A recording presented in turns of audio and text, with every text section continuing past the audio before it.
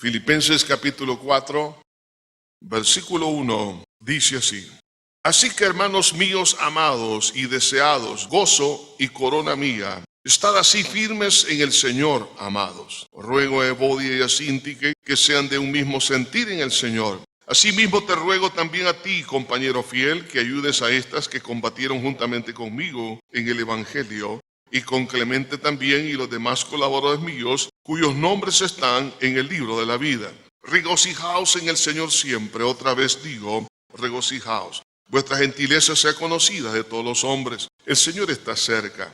Por nada estéis afanosos, sino sean conocidas vuestras peticiones delante de Dios en toda oración y ruego, con acción de gracias. Y la paz de Dios, que sobrepasa todo entendimiento, guardará vuestros corazones y vuestros pensamientos en Cristo Jesús. Por lo demás, hermanos, todo lo que es verdadero, todo lo honesto, todo lo justo, todo lo puro, todo lo amable, todo lo que es de buen nombre, si hay virtud alguna, si hay algo digno de alabanza, en esto pensad. Lo que aprendisteis y recibisteis y oísteis y visteis en mí, esto haced, y el Dios de paz estará con vosotros. En la tierra de Israel encontramos varios desiertos, como es el desierto de Shur, el desierto de Sin, el desierto del Sinaí, el desierto de Judá y otros desiertos. Curiosamente, la palabra hebrea que se traduce como desierto viene de una raíz que significa pastorear. Es curioso, porque lo que está significando es que el desierto, por ejemplo, de Judá, es el resultado del pastoreo de Judá. Dios entregó una tierra que fluye leche y miel, pero por la negligencia en el pastoreo, entonces, es decir, en el cuidado de la tierra, llegó a ser un desierto. Entonces, hasta el día de hoy, los desiertos vienen a ser prácticamente el testimonio de la negligencia. Dios a usted y a mí nos ha entregado un jardín, como se lo entregó a Adán y Eva. Y Dios le dijo, labrad la tierra y sojuzgadla. Entonces, Dios desea que nosotros seamos productivos, que cuidemos lo que Él nos ha dado y que lo llevemos a otro nivel. Pero la negligencia o el descuido en la implementación, es decir, en la falta de obediencia a los principios de la palabra de Dios, aquel jardín se puede convertir en un desierto. Ese jardín puede ser para algunos, por supuesto, para todos es la vida. Ese jardín representa la familia, el matrimonio, representa el trabajo, representa la salud, representa muchas cosas y sobre todo las cosas eminentemente espirituales y ministeriales. Pero si yo soy negligente en cuidar, es decir, si soy negligente en obedecer lo que Dios me está pidiendo hacer, lo que yo tengo en mis manos va a ir desapareciendo. Por eso que la felicidad ha desaparecido de muchos. Cuando Dios, hermanos, nos creó a cada uno de nosotros, el momento que nace, por ejemplo, un bebé, los bebés son felices, empiezan a sonreír, pero ya en la vida adulta muchos ya perdieron la sonrisa. Aquel jardín se convirtió en un desierto. El Señor Jesucristo, cuando termina el sermón del monte, dijo estas palabras: el que oye mi palabra y las hace, es decir, obedece, le compararé a un hombre que edificó su casa sobre la roca. Pero aquel que oye y no hace, le compararé a un hombre que edificó su casa sobre la arena. La obediencia o la implementación de los principios bíblicos en nuestra vida va a determinar mi desierto, es decir, una casa fundada sobre la arena, o si es la obediencia, es una vida fundada en las promesas de Dios. Entonces la obediencia y la desobediencia va a determinar qué clase entonces de jardín vamos a tener cada uno de nosotros. La porción que hemos leído de la palabra de Dios, aquí nos habla de algunas acciones claves para ser una iglesia saludable, y ese es el tema del mensaje en esta hora. Si nosotros somos desobedientes, entonces voy a convertir mi jardín en un desierto. Por eso quiero que hablemos, hermanos, con la ayuda del Señor, sobre estas acciones claves para ser una iglesia saludable. Y no me refiero solamente a la parte colectiva como iglesia, sino que la iglesia, somos cada uno de nosotros los que hemos nacido de nuevo, los que tenemos al Espíritu de Dios como testimonio o evidencia del nuevo nacimiento. Entonces, en primer lugar, aquí Pablo, estando él en la cárcel, escribiendo, está inspirado por el Espíritu Santo, escribe estas palabras en el capítulo 4, versículo 1, y dice: así que, hermanos míos amados y deseados, gozo y corona mía, estad así firmes en el Señor, amados. Lo primero que vemos aquí es la importancia, la primera acción es la manifestación o manifestar el amor. Nosotros estamos, hermanos, dentro de una cultura machista, y no solamente en América Latina. El machismo se encuentra en todas las culturas, aún aquellas culturas que creen que no lo son, especialmente porque reprimen el poder expresar los sentimientos, el amor. Entonces, dependiendo de la cultura, así también se hace mucho más crítico el expresar los sentimientos. De ahí que entonces vemos a este hombre de Dios en una forma tan espontánea, diciendo: hermanos míos amados. La manifestación o expresión del amor, hermanos, es algo fundamental hoy en día. Y el sentido de pertenencia en la familia de Dios por el nuevo nacimiento es fundamental.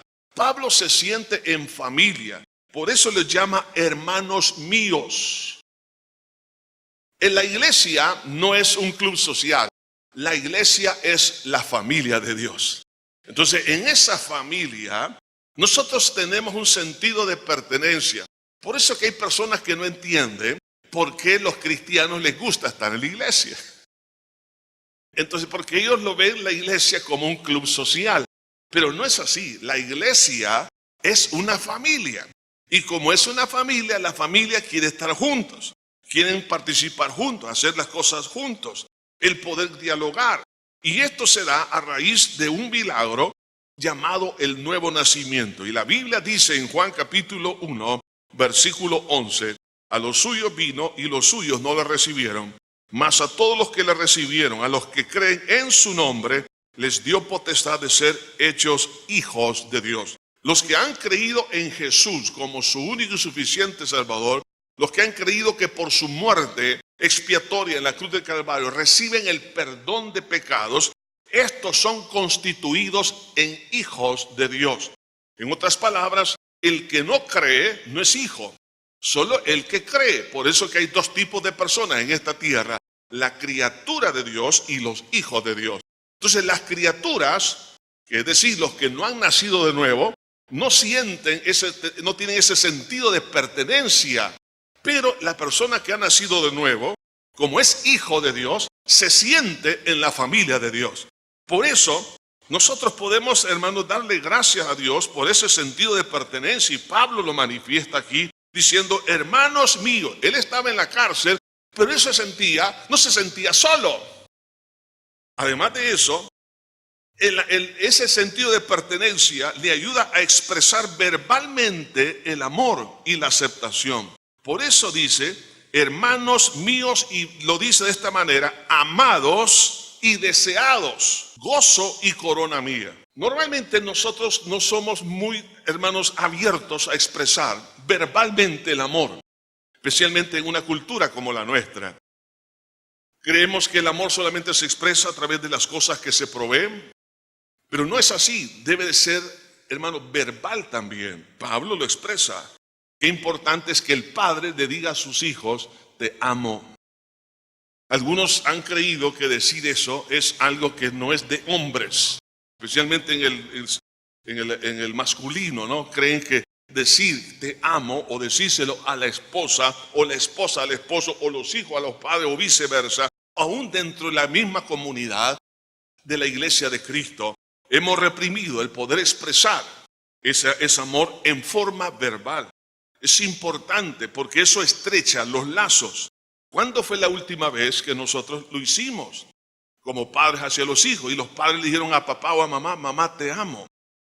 O en el mismo matrimonio. De ahí que entonces no solamente el poder expresarlo verbalmente, sino también el poder declarar el orgullo que en el buen sentido de la palabra que se siente o la satisfacción por el éxito de los demás, que viene a ser su premio. Por eso dice que son gozo y corona mía. Los éxitos de otra persona deben de formar parte de nuestra satisfacción, de nuestro premio.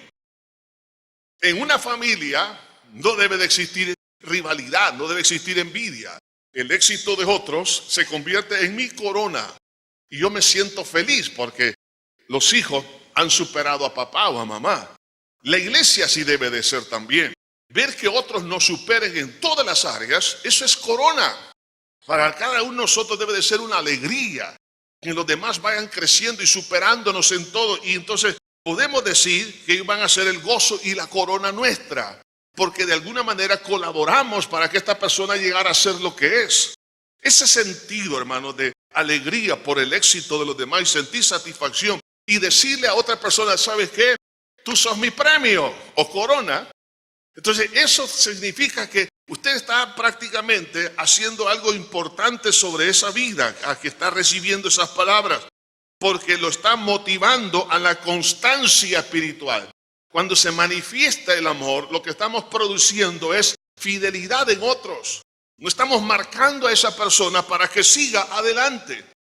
Entonces, hermano, la primera acción clave para ser una iglesia saludable o un cristiano saludable es manifestar el amor. Dios ha derramado el amor en nosotros desde el día que nacimos de nuevo, porque dice Romanos 5:5 que el amor de Dios ha sido derramado en nuestros corazones cuando recibimos el Espíritu de Dios. A partir de ese momento, entonces tengo que expresarlo. En el nombre del Señor, hermanos, decidamos a partir de este día no solamente escuchar, a tener una información, sino a obedecer. Como Jesús lo dijo, el que oye y hace, le compararé a un hombre que edificó su casa sobre la roca. La obediencia es importante.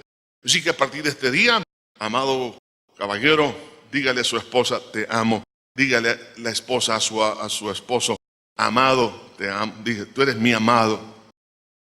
Los hijos a los padres a los hijos.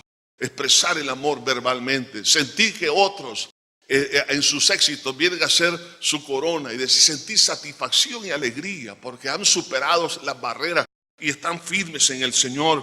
Bueno, todo esto es maravilloso. Tomemos una decisión de manifestar el amor. Segunda acción es la de restaurar las relaciones rotas. Versículo 2.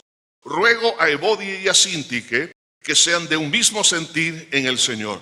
Evodia y Síntique, como lo menciona el versículo 3, eran compañeras del apóstol Pablo. Dice, así te ruego también a ti, compañero fiel, que ayudes a estas que combatieron juntamente conmigo en el Evangelio. Estamos hablando que eran cristianas, eran guerreras de Dios. Cuando habla de combatir, está hablando de un término militar, está hablando de que ellas sufrieron por sembrar la palabra de Dios en muchos corazones, en todo lo que es Eurasia, en todo lo que es Europa. Estamos hablando de que eran mujeres, hermanas, guerreras de Dios.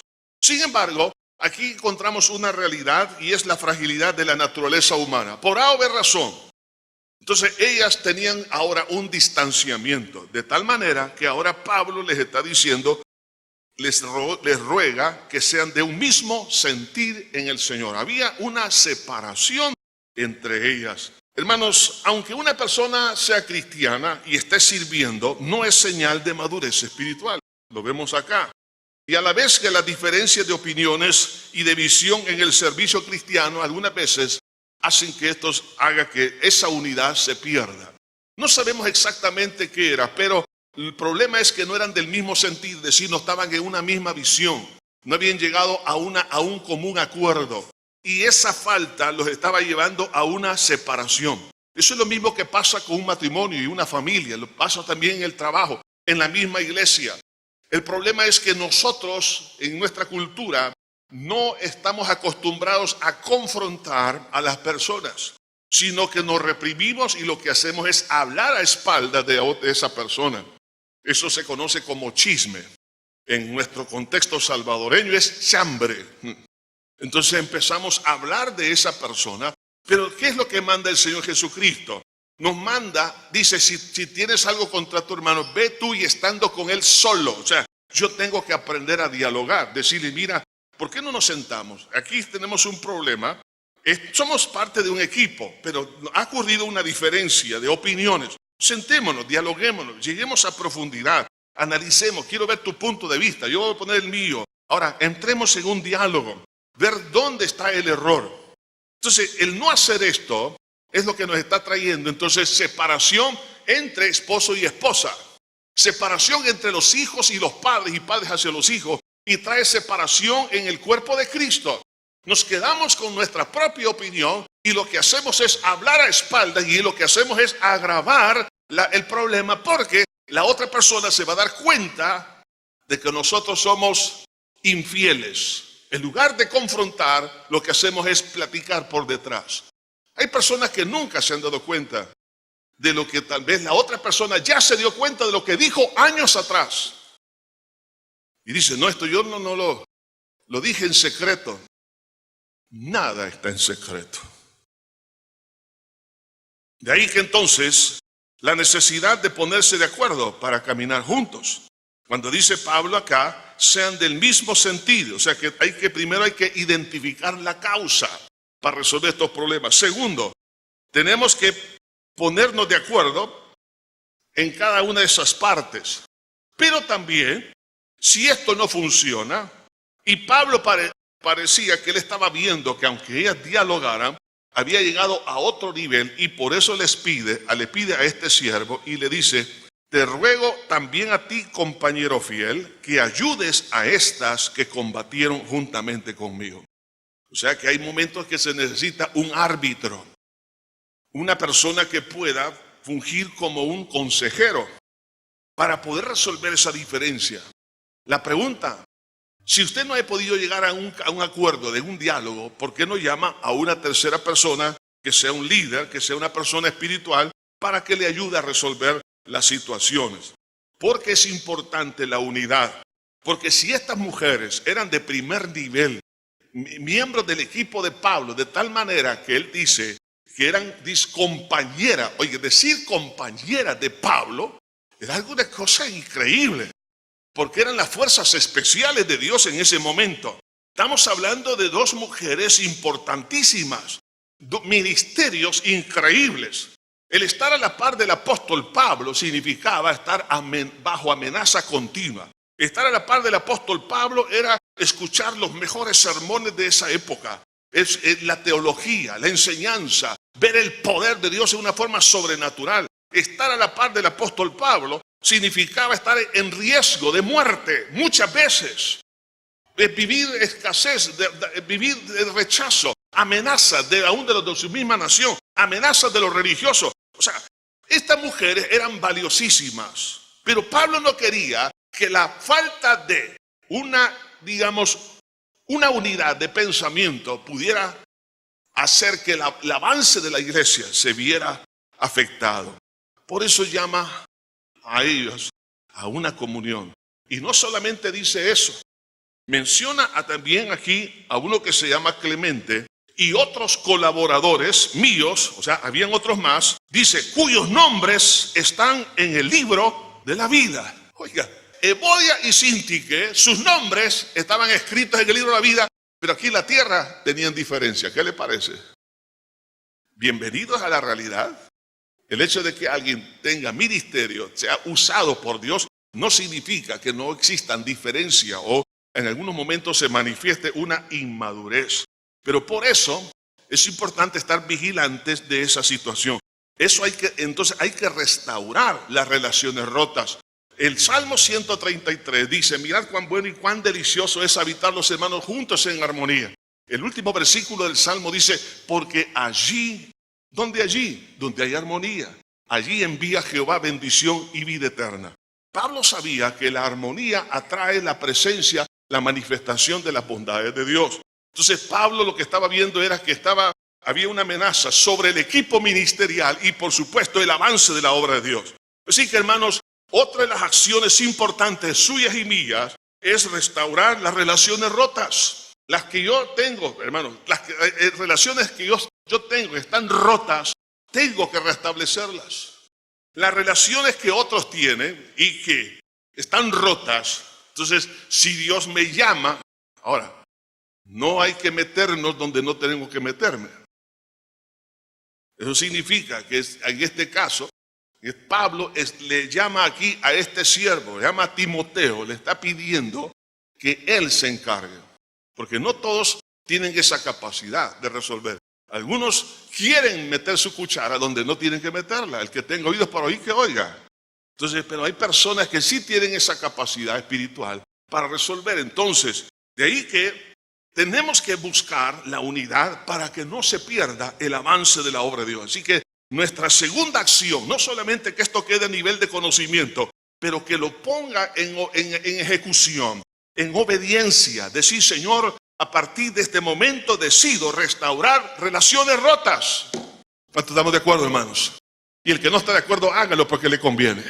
Tercera acción importante: fundamentar nuestra alegría en Jesús. Versículo 4. Regocijaos en el Señor siempre. Otra vez digo, regocijaos. La aceptación de la realidad de la fragilidad de nuestras emociones es algo que está al alcance y lo vemos día a día en otras personas y en nosotros mismos. Y es que, hermanos, Dios a usted y a mí nos ha creado no solamente entes racionales, sino emocionales y evolutivos también. Eso significa que las emociones, que en algunos casos, las emociones nos han llevado a tomar decisiones equivocadas y un carácter demasiado, digamos, fuera de control, ha hecho que muchos aún hasta casi nieguen las emociones y rechacen las emociones. Sin embargo, si Dios creó las emociones, cuando la Biblia dice que Dios creó todas las cosas y vio que todo era bueno en gran manera, y dentro de eso están las emociones. Y las emociones, hermanos, tenemos que disfrutarlas. Porque la necesidad de emocionarnos, pues le dan prácticamente el sabor a la vida. Yo comparo las emociones como la sal o el condimento a la comida. Por ejemplo, el alegrarnos es bueno, el reír es bueno, el llorar, que es otra emoción, es buena también. Jesús lloró cuando estaba con Marta y María por la muerte de su hermano Lázaro. Pero algunos, por su concepto estoico y machista y creer que son personas que deben de comportarse y que no deben de manifestar debilidad, algunos creen que la emocionarse es un acto de debilidad. No es cierto. Jesús lloró y no estaba mostrando debilidad, estaba mostrando compasión por el dolor en el corazón de Marta y María. Eso no es debilidad. Jesús dijo, bienaventurados los que lloran, ellos recibirán consolación. Entonces, las emociones no hay que reprimirlas, como también en un momento dado enojarnos. El enojo, no estoy hablando de la ira, pero sí del enojo, es un acto de desaprobación. Cuando uno escucha, cuando uno ve una injusticia, no podemos alegrarnos, no podemos reírnos. Pero hay momentos en que uno manifiesta una desaprobación solamente con mostrar seriedad. En ese momento entendieron los demás que no estoy de acuerdo, que estoy molesto. No necesariamente necesitamos decir alguna palabra, aunque sí se puede decir. Pero hermanos, las emociones son fundamentales. Hasta que uno no ha perdido muchas cosas, uno no las valoriza. Les quiero contar esto. Después que me hicieron esta cirugía de una glándula detrás de los ojos, entraron para hacer esa cirugía, entraron por esta parte con un taladro de una broca de 6 pulgadas. Rompieron este hueso, entraron a la silla turca de la base del cráneo, extrajeron el tumor. Al día siguiente, cuando me llevan mi gelatina y todas esas cositas que le llevan a uno después de un momento de posoperatorio, decía, estos alemanes no le ponen sabor a las cosas. Tomaba gelatina, una galletita, por ahí había otra cosita y no le sentía sabor. 3 días después, me dice el doctor, ahora tiene que, al día siguiente me dijo que caminara dentro de los pasillos del hospital. 3 días me dijo, camine. Bueno, fui caminando, llego a un restaurante. Quiero decirles esto, Todo esto tiene un trasfondo. Cuando mi padre, yo era un niño, en la Feria Internacional me encantaba ir a ver muchas cosas. Pero otra cosa que a mí me encantaba eran las salchichas alemanas. Uno miraba salchichas que estaba así con unas cortaduras, se veía aquello doradito y dando vueltas, y el curtido y el pan, y sienten llamado. Y entonces con salsa de tomate, con el curtido alemán y todo.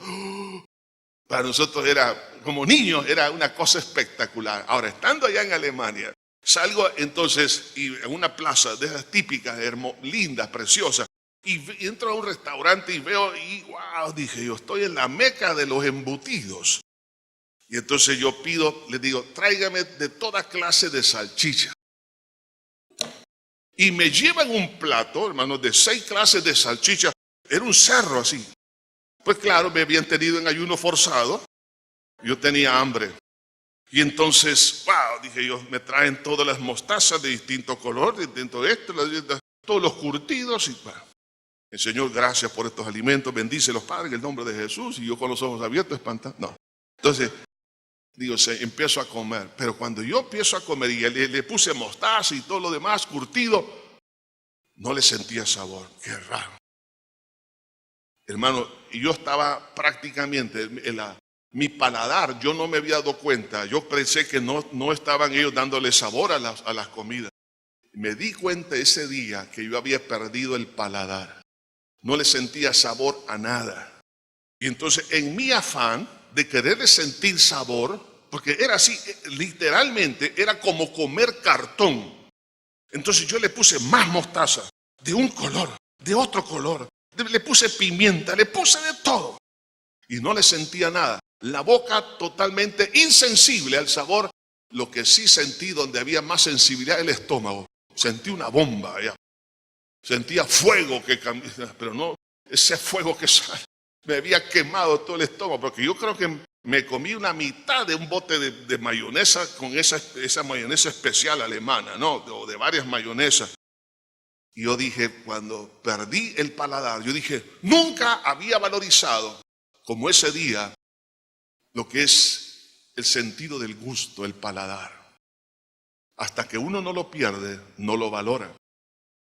Así también, hermanos, no valoramos las emociones hasta que no se han perdido.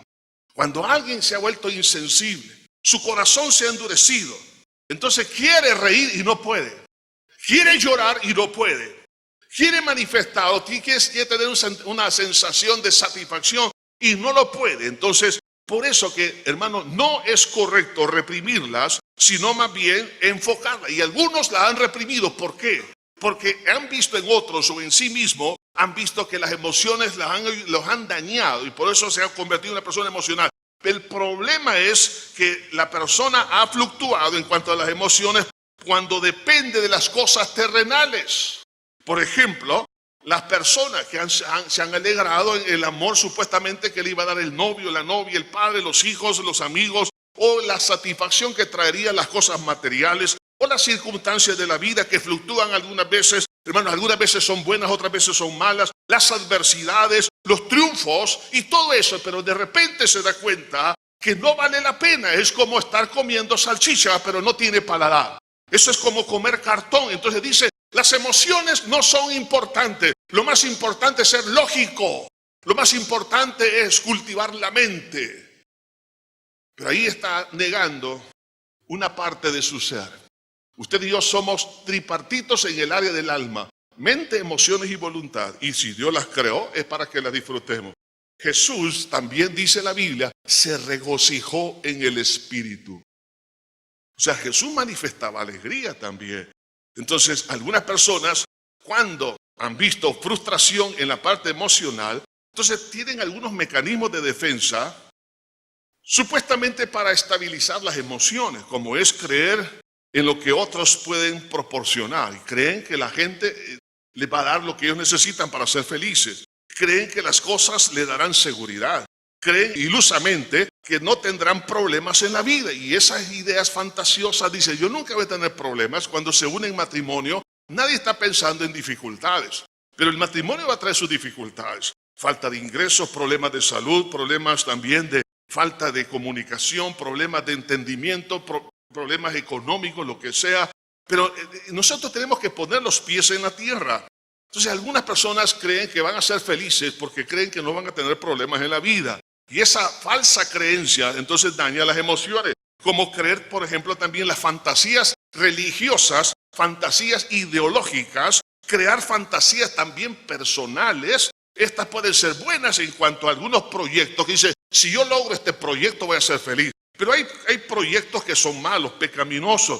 Las fantasías, hermanos, pecaminosas. Y esas personas dicen, si yo tuviera esto, entonces voy a ser feliz. Eso no es cierto. Por eso que las personas luego empiezan a negar o reprimirse las emociones porque sienten daño. De ahí es donde la vida de la persona se frustra. La persona entra en una profunda tristeza. Hay un autorrechazo, desvalorización y cuantas cosas más. Pero ¿qué es lo que dice aquí la Biblia? Y eso es lo importante. Lámpara es a mis pies tu palabra. Y en este caso a las emociones. Regocijaos donde en el Señor siempre. Las emociones han sido diseñadas para que puedan tener su máxima expresión en la persona de nuestro Señor Jesucristo. ¿Qué le parece, hermano? Por eso la Biblia dice, deleítate a sí mismo en Jehová y Él te concederá las peticiones de tu corazón. Significa deleitarse. Si yo los invito a un churrasco en el mediodía, a una punta jalapeña, una papa al horno, unas verduras, unos 3 camaroncitos por ahí, una tortilla tostada. Usted dirá, ay, gracias por la comida, con mucho gozo, ¿no? Aunque sean frijolitos sancochados con queso morolí, que dice, gracias, Padre. Pero cuando la Biblia dice, deleítate a sí mismo en Jehová, o sea, que puede sí y existe, y es la emoción más sublime que pueda haber. Si hay cosas que a nosotros nos trae satisfacción y delicia, ¿cuánto más el que creó todas las cosas? Que Dios. Entonces Dios en sí mismo lo que quiere es satisfacer nuestras emociones. Por eso dice, regocijaos en el Señor siempre. Entonces para eso yo tengo prácticamente, hermanos, que dejar de creer en esas fantasías, en esas dependencias fantasiosas, y dejar de creer en la mentira para deleitarme en la verdad. Porque en el momento en que las emociones tienen una comunión limpia, pura y santa, porque se ha apartado la persona de lo pecaminoso, ya que el pecado lo único que hace es dañar las emociones, donde la persona no siente satisfacción absolutamente en nada. El pecado nunca va a traer el gozo que solamente Dios puede traerlo. Salomón se dio cuenta, porque claro, dentro de su cultura de aquel entonces, los reyes tenían muchas mujeres. Y él dijo, bueno, ustedes saben que él tuvo 300 esposas y, más bien, 700 esposas y 300 concubinas. Y él llegó a decir, tú me eres a mí, hablando de Dios, me eres mejor que 1000 mujeres. En otras palabras, la verdadera satisfacción no está en el sexo, está en la comunión con Dios. La plenitud de tal manera que en el cielo no habrá sexo. Ya se deprimieron algunos. Seremos como los ángeles, pero el nivel de felicidad llegará tan grande, a ser tan grande. Por eso dice la Biblia que allá no se darán en casamiento, porque el propósito de la familia es llevar, pues, por supuesto, hijos a la gloria, ¿no? Entonces, pero cuando ya se completó esta etapa, allá no habrá, entonces la felicidad se magnifica. Entonces, por eso que es Dios, hermano, la fuente de alegría. Entonces, la comunión limpia y pura con Dios trae alegría. Además de eso, deleitarnos en su presencia, por ejemplo, en la oración. La oración no lo vea como un castigo, no, es como una delicia. Acérquese a Dios, usted empiece a adorar a Dios. Cuando usted empieza a adorar a Dios, a alabar a Dios, ¿qué va a pasar? Usted se va a sentir feliz en medio de cualquier tristeza y angustia que usted tenga en su alma. Además de eso, cuando usted empieza a adorar a Dios y a alabar a Dios, hermano, eso le va a traer a su alma un regocijo inmenso. Y Pablo, cuando dice estas palabras, estaba en la cárcel. El ser agradecido Y el ser agradecido con Dios va a agradar a Dios. Y eso lo va a ayudar a que todo lo que emprenda lo haga para agradar a Dios. Cuando una persona agrada a Dios se siente regocijado al no depender de los factores externos sino de Dios, y la esperanza bienaventurada trae, por supuesto, alegría, regocijo. Entonces nosotros tenemos que estar siempre supervisando dónde se han enfocado nuestras emociones, porque, hermanos, la tentación del diablo, ¿no?, hermanos, se da en una forma tan sutil donde podemos caer, hermanos, sin darnos cuenta que la alegría ahora depende ¿de qué? De los éxitos académicos, del conocimiento, del dinero, de tener buena salud, tener muchos amigos, de tantas cosas. Y no nos damos cuenta como cristianos que estamos descuidando la fuente de la alegría. Por eso dice, regocijaos en el Señor siempre. Yo tengo que estar evaluando continuamente dónde están mis emociones, en qué se regocija, en qué se está satisfaciendo. Por eso, hermanos, tenemos que tomar una acción más. No solamente entenderlo, sino llevarlo a la práctica. Señor, a partir de este día, renuncio, Señor, a todo ídolo. Porque hay personas que han convertido a su novio, a su novia, a su padre, a su hijo, a su esposo o su esposa, lo han convertido en la fuente de alegría. No lo haga, porque tarde o temprano esas personas, como cualquier otro ser mortal, puede fallar en algo. Y si esa persona le falla, la alegría entonces se va a perder. Usted se va a decepcionar. No ponga su alegría en su negocio, en su trabajo. Ponga su alegría en Cristo Jesús, que Él no se devalúa. Él es el mismo ayer, hoy, por los siglos de los siglos. Esa alegría en Cristo es la que yo necesito cuando esté en donde, en los problemas más críticos, para que no me deprima. Pablo no estaba deprimido en la cárcel. ¿Por qué? Porque su alegría dependía de Jesús. Por eso es fundamental tomar una decisión, y no solo la decisión, sino llevarla a la ejecución, es decir, a obedecer.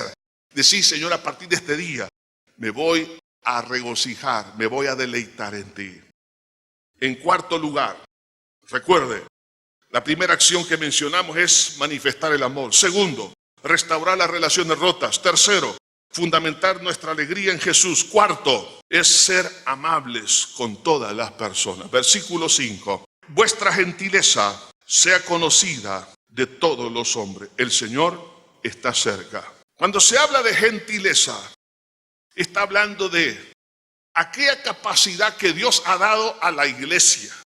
Es algo innato en un cristiano, verdaderamente nacido de nuevo. No aquel que finge o aquel que pretende ser cristiano y no lo es, sino una persona que ha nacido de nuevo tiene esta virtud, y es de ser gentil. Y gentil significa de buen trato, que es placentero hacia los demás en forma equitativa en el trato con todos. Entonces, una persona que es gentil es una persona muy amable. Lo que se ha perdido hoy en día, si usted se da cuenta, es la amabilidad. Las personas que son amables, por ejemplo, en el área del servicio, en las empresas o en el gobierno, son personas que realmente hacen sentir bien a las personas que llegan para hacer negocios, para poder implementar algún proyecto, pero personas que le salen realmente con un rostro serio, falta de cortesía, que no mira ni siquiera a los ojos, con una voz prácticamente como de regaño, como queriendo decir, ¿para qué está aquí, Señor? Esa falta, hermanos, de gentileza dentro de la familia y dentro de la iglesia está dañando las relaciones humanas.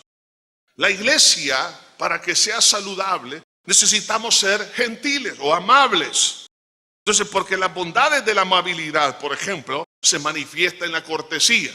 Nada menos el día de ayer me encuentro en una clínica y estaba tan lleno donde estaban todos sentados, pero había una señora que estaba en pie, pero había varios caballeros ahí viendo su teléfono.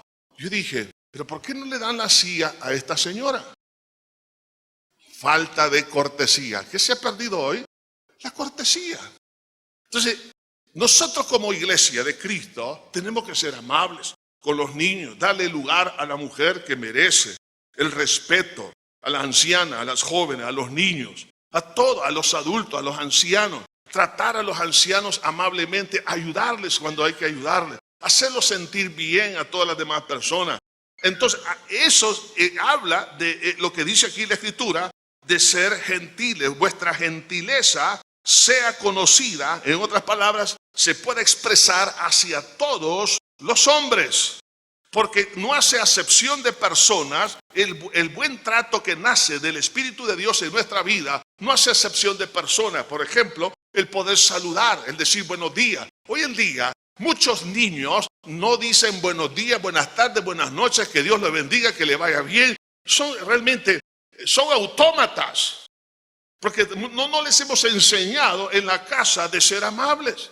Yo me fijo aquí en el colegio, veo a algunos niños y pasa, y yo los saludo. Buenos días. Buenas tardes. Ah, ¿qué dijiste? Y no lo quieren ver a uno. Tú lo encuentras en todas partes. Ya, claro, hay también hay algunos casos que son excepcionales, ¿no? Son gente linda, pero el problema es que, hermanos, nosotros somos llamados a ¿qué cosa? A ser gentiles, amables, de buen trato. Hermano, porque al hacer este buen trato es agregarle valor a la persona. Cuando usted trata bien a alguien, usted lo está, hermano, poniendo en un trampolín para que esta persona pueda ascender a otro nivel en su vida. Entonces es agregarle valor, y esa persona se siente valorizada al decirle muchas gracias, aprecio lo que ha hecho. Decirle, por ejemplo, a una cocinera, qué buen plato de comida, está delicioso. Eso le puede animar para que el día siguiente le pregunte, ¿y qué quiere que le haga? Pero hoy en día, especialmente, hermanos, y esto es claro, en todos los digamos, estratos sociales se da. Pero hay personas dentro de la sociedad, estratos, digamos, de la sociedad media alta y alta, que creen que no deben de saludar a nadie. Falta de gentileza. Cuando tú les puedes saludar, buenos días, no dicen nada, no quieren tener eso, hermano. Mire, esa necesidad de gentileza, nosotros tenemos que aprovecharla para ser gentiles, porque se convierte en un nicho para llevar almas a los pies de Cristo. Porque cuando usted manifiesta esa gentileza, lo que está haciendo es decir, esta persona es diferente. Por eso aquí la Escritura nos dice, vuestra gentileza sea conocida en todos los hombres, porque la persona que es gentil, que es amable, inspira a trabajar en equipo o en unidad. Y entonces nosotros tenemos que hacerlo. Pregunto, ¿estamos siendo amables con nuestro propio círculo familiar? En el trabajo, con nuestros hermanos en Cristo? ¿Somos amables? ¿Dirigimos la palabra? ¿Nos saludamos? ¿O solamente saludo a los hermanos que yo conozco de años atrás? ¿Cuándo fue la última vez que saludé a alguien que no conozco, que viene a la iglesia? Es más, algunos de ustedes se sientan en el mismo lugar todos los años con la misma persona. ¿Se ha preguntado por qué no se siente en otro lugar? El que tengo oídos por oír que oiga. No, es que yo no quiero saludar a las personas que yo conozco. No. Hay que ser gentiles con todo, porque es necesario que todos nos sintamos en familia. Así que, hermanos, en cuarto lugar he mencionado entonces ser amable. En quinto lugar, hermanos, es no dar lugar a la ansiedad. Es otra decisión y debemos de llevarlo a la ejecución. Versículo 6 dice así: por nada estéis afanosos, si no sean conocidas vuestras peticiones delante de Dios en toda oración y ruego y con acción de gracias. Y la paz de Dios, que sobrepasa todo entendimiento, guardará vuestros corazones y vuestros pensamientos en Cristo Jesús. Por nada estéis afanosos. No dar lugar a la ansiedad. Es algo que debo de decidir. Cuando dice no deis lugar, hermano, por nada estéis afanosos, es una orden. Usted dirá, pero ¿cómo puedo yo controlar las emociones? Claro que sí. No debo de estar lleno de ansiedad ni de afán.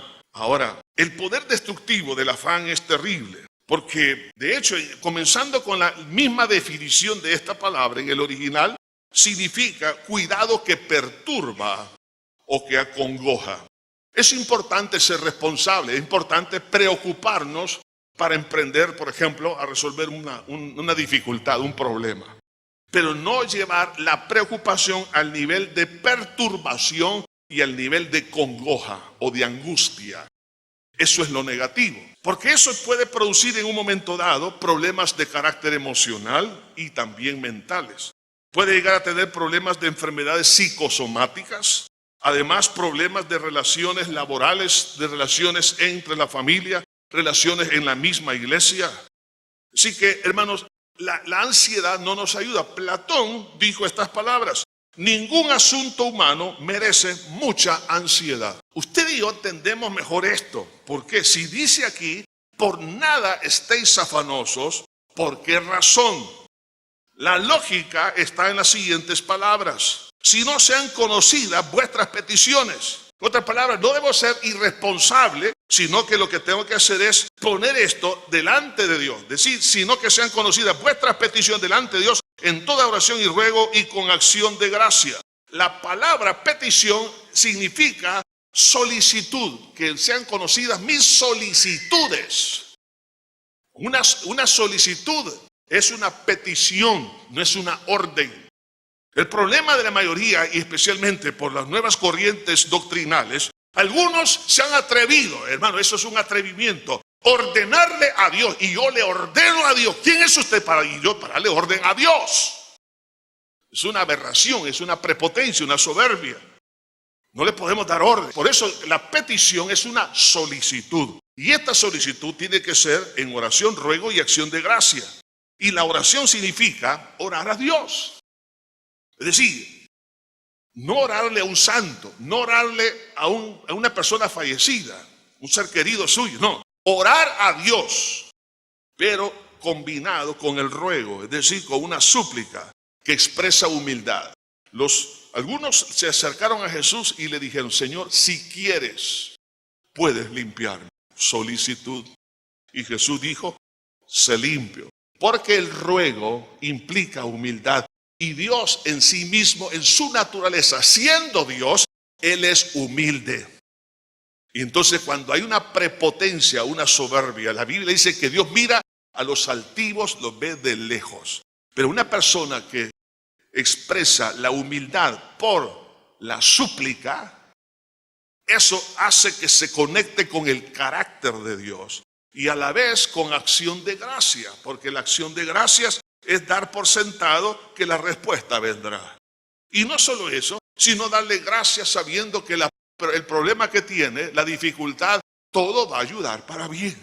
Entonces empieza a darle gracias, porque la fe es la certeza de lo que se espera, la convicción de lo que no se ve. Señor, si tú has permitido esto, porque hay un propósito hermoso. Sé que no estoy solo, tú eres mi Padre, tu paternidad es responsable. Señor, y yo en este momento, mis peticiones, mis problemas, mis angustias, todo lo dejo en tus manos. Entonces, ¿qué pasa como consecuencia? En ese momento no se le da lugar a la ansiedad.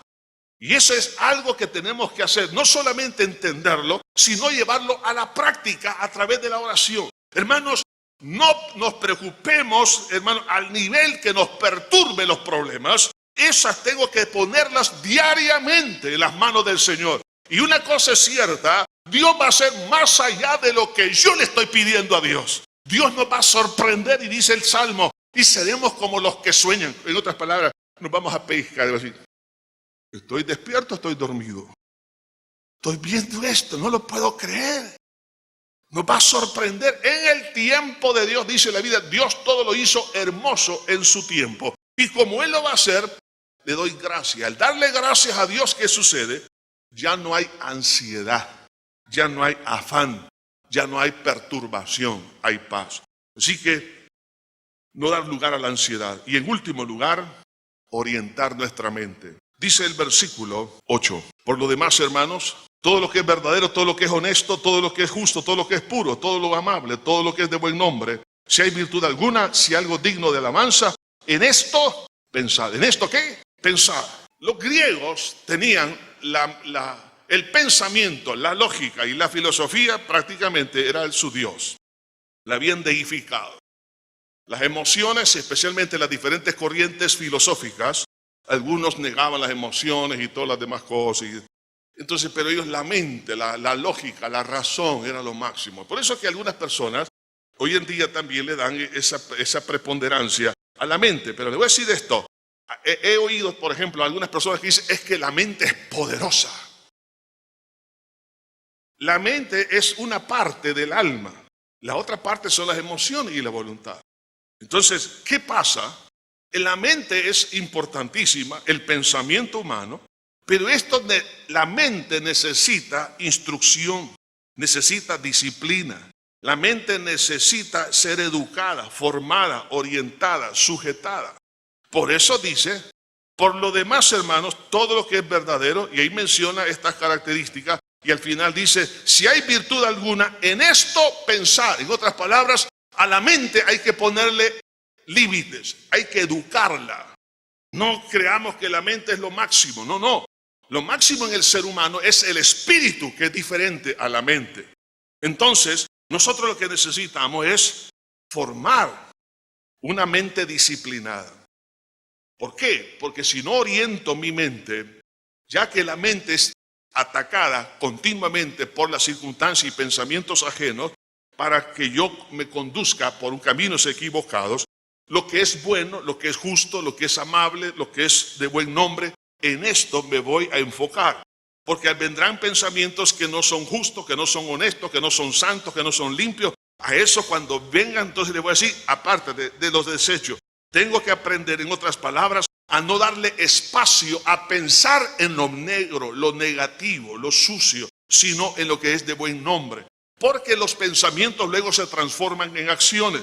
De ahí que esto me debe de llevar a ser disciplinado, de orientar la mente. Y eso es algo que debemos cada uno de nosotros hacerlo. El problema es que dejamos que la influencia de nuestro medio, a través de los medios de comunicación, las redes sociales, la literatura, etcétera, los discursos, las opiniones ajenas, hermano, entran a la mente y creemos que eso es la verdad. Nosotros tenemos que ponerle límites a la mente. Así como, por ejemplo, David decía, bendice alma mía a Jehová. Ahora, ¿cómo es eso que David está diciendo? Es un monólogo. Bendice alma mía a Jehová. Y en el alma está la mente, las emociones y la voluntad. En otras palabras, mente, emociones y voluntad bendigan a Dios. ¿Quién está diciendo eso? El espíritu humano. El espíritu humano, las decisiones que se toman a nivel del espíritu, hermanos, son las que llegan a controlar entonces la mente. Por eso que en esto dice, en esto pensar, no te pones límite. Mente, hasta aquí llegas. Lo demás no. Lo que es agradable, lo que es perfecto, en esto vas a pensar. Las películas, la literatura, todas las cosas que no son correctas, las conversaciones incorrectas, las voy a podar, las voy a cortar. ¿Por qué? Porque quiero que mi vida sea realmente sana. Entonces, recapitulando, es importante, hermanos, la primera acción. Debemos de manifestar el amor, debemos de restaurar las relaciones rotas. Tercero, fundamentar nuestra alegría en Jesús. Cuarto, ser amables con todas las personas. Quinto, no dar lugar a la ansiedad. Y sexto, hermanos, es orientar nuestra mente. Si nosotros tomamos estas decisiones y las llegamos a, hermanos, la obediencia, vamos a edificar nuestra casa sobre la roca. Vendrán los vientos, vendrán los ríos, soplarán, pero la casa, es decir, su vida y mi vida, no caerá. El que tenga oídos para oír, que oiga. Buen Padre, venimos delante de ti, Señor, en esta hora, pidiendo al Señor que nos ayude, Señor, a poder llevar a la obediencia, a la ejecución, estos principios.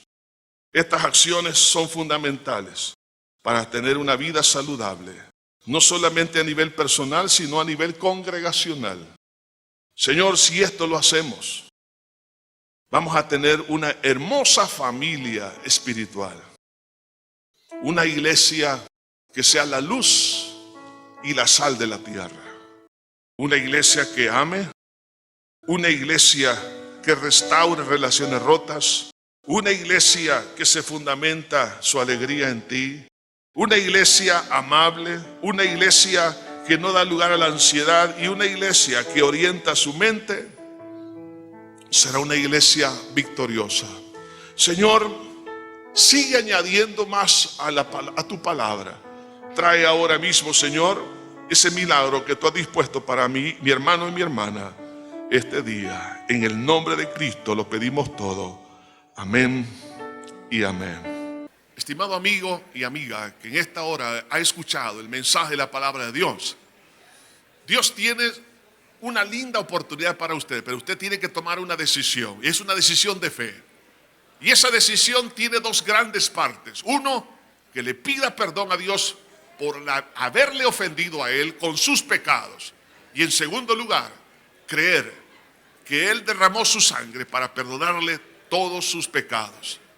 Si usted quiere en esta hora abrir su corazón a Dios y decirle: Señor, sálvame, le voy a dirigir en una oración que contiene estos dos elementos que le he mencionado. Por favor, ahí donde está, haga esta oración conmigo. Diga: Padre eterno que estás en los cielos, me arrepiento de todo corazón por haber pecado contra ti. Reconozco que soy una persona pecadora. Me duele, Señor, el haberte ofendido con todos mis pecados. Límpiame con tu sangre que derramaste en la cruz. Creo que resucitaste para mi justificación delante de tus ojos. Por ello, Señor, te abro mi corazón y te recibo como mi único y suficiente Salvador. En Cristo Jesús. Amén y amén. Le felicito a todas aquellas personas que en esta hora han tomado a bien darle su vida a Jesús. Ahora, ¿qué tiene que hacer? Lea la Biblia. La Biblia es como un poema de amor de Dios para usted. Es su alimento, es su pan diario. Además de eso, ore. Orar es platicar con Dios en nombre del Señor Jesucristo. Congréguese en la iglesia para que usted sea edificado y fortalecido. Y también recuerde que si vuelve a caer en algún pecado, pídale perdón a Dios y no se quede postrado a la mitad del camino. Sacúdase el polvo a través del arrepentimiento pidiéndole perdón a Dios y levántese y siga caminando porque Jesús le espera al final del camino. Que Dios le bendiga.